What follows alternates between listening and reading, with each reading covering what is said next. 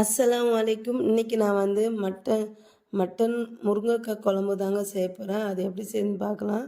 இன்னைக்கு வந்து எங்களுக்கு வந்து ரொம்ப ஸ்பெஷலான நாள். நாங்கள் வந்து இன்னைக்கு வந்து பிரியாணி, அப்புறம் ஸ்வீட்டு, இந்த மாதிரி கபாப், இந்த மாதிரி ஈதுக்கு செஞ்ச மாதிரி செய்வோம். ஈது மாதிரி தான் இதுவும். ஆனால் வந்து நான் வந்து இந்த மாதிரி செய்யலை.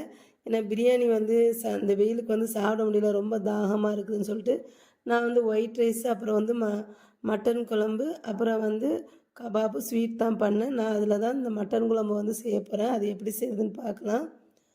நான் வந்து 2 வெங்காயம், 2 தக்காளி, அடுத்து வந்து 2 பச்சை மிளகாய், அடுத்து வந்து இது வந்து வறுத்து அரைக்கிறதுக்கு 1 ஸ்பூன் மிளகு, 3 துண்டு பட்டை, 5 முந்திரி பருப்பு, கொஞ்சம் கல்பாசி, 1 1/2 ஸ்பூன் மல்லி, அடுத்து வந்து சின்ன துண்டு ஒரு ஜாவித்திரி, அடுத்து வந்து அனனஸ் பூ ஒரு சின்ன துண்டு, அடுத்து வந்து ஜீரகம் 1 ஸ்பூனு, அடுத்து 4 ஏலக்காய், 4 லவங்கம், ஒரு 1/2 ஸ்பூன் சோம்பு, அப்புறம் வந்து பாதாம் வந்து ஒரு 5. இப்போ இது எல்லாத்தையும் நல்லா வறுத்துட்டு இது வந்து பொடி பண்ணிக்கணும். அடுத்து வந்து நான் வந்து 300 கிராம் மட்டன் வந்து எடுத்திருக்கேன். இப்போ இந்த அடுத்து 2 ஸ்பூன் இஞ்சி பூண்டு பேஸ்ட் எடுத்திருக்கேன். அடுத்து இந்த மட்டன் வந்து நல்லா வாஷ் பண்ணிவிட்டு இப்போ இதில் வந்து ஒரு 1/2 ஸ்பூன் இஞ்சி பூண்டு பேஸ்ட்டு, அடுத்து 2 ஸ்பூன் தயிர், கொஞ்சமாக உப்பு, அடுத்து வந்து ஒரு 1/4 ஸ்பூன் மிளகாத்தூள் இதை சேர்த்து நல்லா மிக்ஸ் பண்ணிவிட்டு ஒரு 10 நிமிஷம் இதை வந்து வச்சிடணும். இப்போ இது நல்லா கலந்து இது ஒரு 10 நிமிஷம் வச்சிடுறேன். அடுத்து வந்து நான் வந்து இப்போ வந்து இதை வந்து இந்த பொருளெல்லாம் நான் நல்லா ஒன்று ஒன்றா வறுக்க போகிறேன். இப்போ ஒரு பேன் வச்சுருக்கேன்.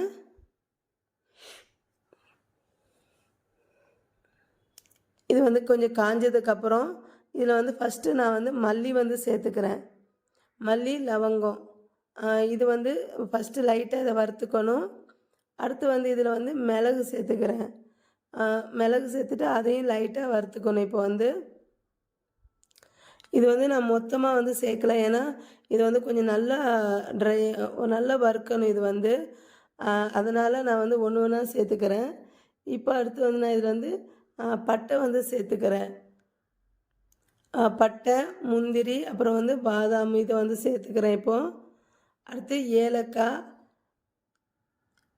இப்போ இது எல்லாத்தையும் நான் எல்லாத்தையும் மொத்தமாக போட்டுறேன். இப்போது கடைசியாட்ட இந்த இதெல்லாம் போட்டுட்டு இப்போ இதை வந்து நல்லா நல்லா வறுக்கணும். இது வந்து அந்த மல்லி, ஜீரகம் வந்து கொஞ்சம் கலர் வந்து மாறணும், அந்த மாதிரி நல்லா வறுத்து எடுத்துக்கணும். இப்போ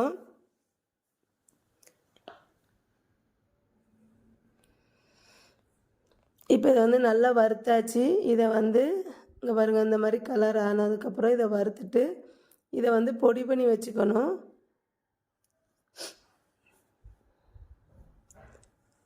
இதை ஆற விட்டு பொடி பண்ணிக்கலாம். இந்த பாருங்கள், இது பொடி பண்ணியாச்சு. அடுத்து வந்து நான் வந்து ஒரு 1/2 கப்பு தேங்காய் பால், ஒரு 1/2 கப் தேங்காய் பால் எடுத்திருக்கேன்.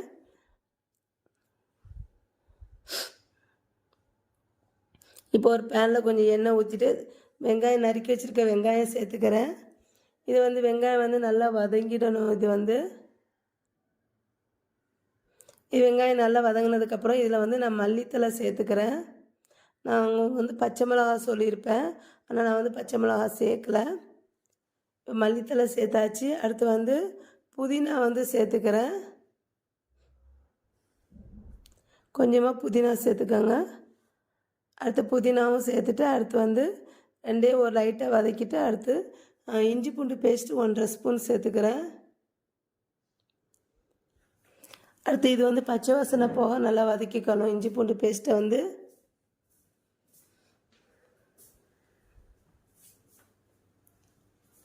அடுத்து இதில் வந்து ஒரு ஸ்பூன் மிளகாத்தூள், அடுத்து உப்பு.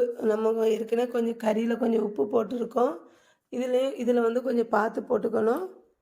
போட்டு அடுத்து தக்காளி வந்து சேர்த்துக்கிறேன். நான் வந்து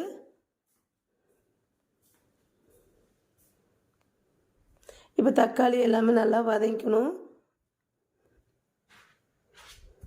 1/4 ஸ்பூன் மஞ்சத்தூள் சேர்த்துக்கோங்க அதுலேட்டு.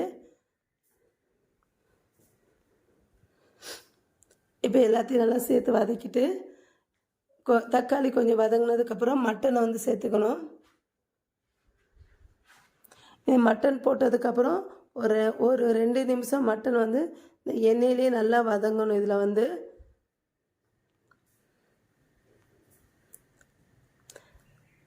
மட்டன் வந்து நல்லா வதங்கினதுக்கப்புறம் நம்ம பொடி பண்ணி வச்சுருக்கோம்ல அந்த பவுட்ரு வந்து ஒரு 2 ஸ்பூன் நிறைய நான் வந்து சேர்த்துக்கிறேன்.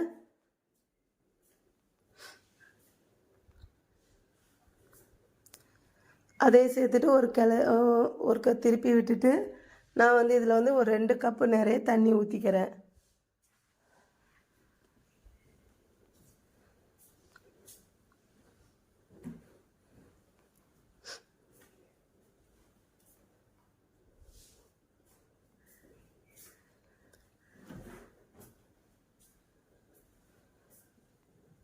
இப்போ தண்ணி ஊற்றிட்டு இது வந்து நான் வந்து இதை வந்து குக்கரில் வந்து ஒரு 3 விசில் வச்சு எடுத்துக்கிறேன். இதில் வந்து நான் முருங்கைக்காய் வந்து போடுறதாவே இல்லை. நாங்கள் வந்து மட்டன் குழம்பு வச்சா முருங்கைக்காயில் உருளைக்கிழங்கு போட்டு தான் செய்வோம். இப்போ வீட்டில் இல்லாதனால நான் முருங்கைக்காய் போடலை.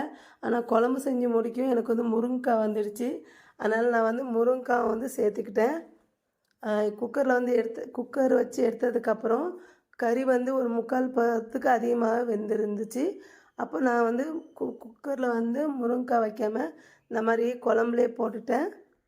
இப்போ 2ம் சேர்ந்து வேகும்போது சமமாக இருக்கும். இப்போ வந்து நான் வந்து தேங்காய் பால் வந்து கடைசியாக வந்து ஊற்றிக்கிறேன். அந்த தேங்காய் பால் ஊற்றுறது வந்து நான் ப்ளே பண்ணாமே இது பண்ணியிருக்கேன், அதனால் அது வராது. நீங்கள் தேங்காய் பால் ஊற்றிக்கோங்க. கடைசியாக வந்து குழம்பு காய் எல்லாம் நல்லா வெந்ததுக்கப்புறம் மல்லித்தழை தூவி குழம்பு வந்து இறக்கிடுங்க. இந்த வீடியோ உங்களுக்கு பிடிச்சிருந்தால் லைக் அண்ட் கமெண்ட் ஷேர் பண்ணிக்கோங்க. என்னோடய சேனலை மறக்காமல் சப்ஸ்கிரைப் பண்ணிக்கோங்க.